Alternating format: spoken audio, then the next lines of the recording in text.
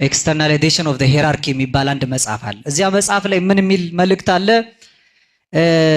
ክርስትናን የማጥፊያ ዘመቻ 10 ወጥመዶች የሚል መልእክት ተቀምጧል። ክርስትናን ከህዝቡ ኑሮ ለማውጣት ሰው ራሱን ገዝቶ ለእግዚአብሔር ተገዝቶ ሌላውን አስገዝቶ እንዳይጸድቅ የሚያስችሉ የአዲሱ ትውልድ ፍልስፍናዎች የሚሉ 10 ነጥቦች አስቀምጠዋል።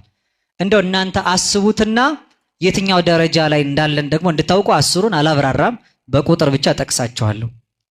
አንደኛ በዓለም ያለ ስርዓተ ትምህርት ውስጥ ለብዙ ዘመን ይሰጥ የነበረውን እግዚአብሔርንና የጸሎት ትምህርትን ከስርዓት ውስጥ ማውጣት የመጀመሪያው ስራ ነው ይላል።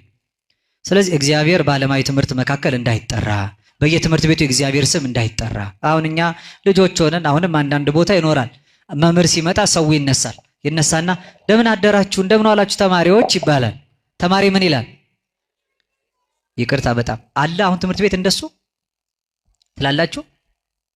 ትላላችሁ ሳቃትሉም እዚህ አሁን እንላለን ብለዋል።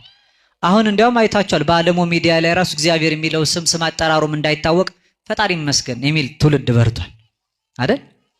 አዎ እንዲህ አይነት ትውልድ በርትቷል። ለምን? እግዚአብሔር ብሎ ይትቀደስ ስምከ ስምህ ይለይ አንድነቱና ሶስትነቱ ያለበት። ምክንያቱም አምላክ ይመስገን ፈጣሪ አምላክ ይመስገን ነው የሚለው። አምላክ የሚባለው ሌሎችም ካመለኳቸው ዓለሙ፣ ንብረቱ፣ ስልጣኑ፣ ዕውቀቱ፣ ጉልበቱ በሙሉ አምላክ የሆነበት ሰው አለ። አልቦ ገብር ዘይክል ለክልያ ጋይስ ተቀነው ለሁለት ጌታ መገዛት አትችሉም። ሌሎች ጌቶች አሉ ማለት ነው ከእግዚአብሔር ውጭ። አንደኛው የእግዚአብሔርን ስም የጸሎትንና ለእግዚአብሔር የምንገዛበትን ራስ መግዣ መንገዱን በሙሉ ከስራ ትምህርት ማውጣት። ሌላው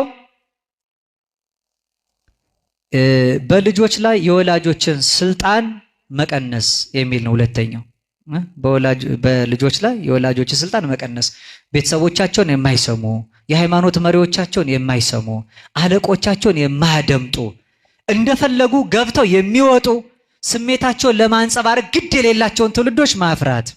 በሶስተኛ ደረጃ ክርስቲያናዊ የቤተሰብ መዋቅር ወይም ተፈጥሯዊ የቤተሰብን ትስስር ማጥፋት ይላል።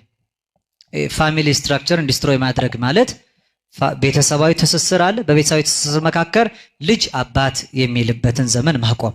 አባቶችም ልጄ ብለው ተስፋ ይሄ በምዕራቡ ዓለም በጣም የሰለጠነ ነው። ምክንያቱም ሲያረጁ መንግስት ነው የሚጦራቸው። ይጦረኛል ብለው ልጅም አይወልዱ።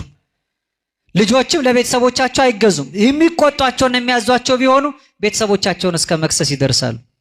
አራተኛ ልቅ ወሲብን ማስፋፋትና ውርጃን ህጋዊ ማድረግ ይላል።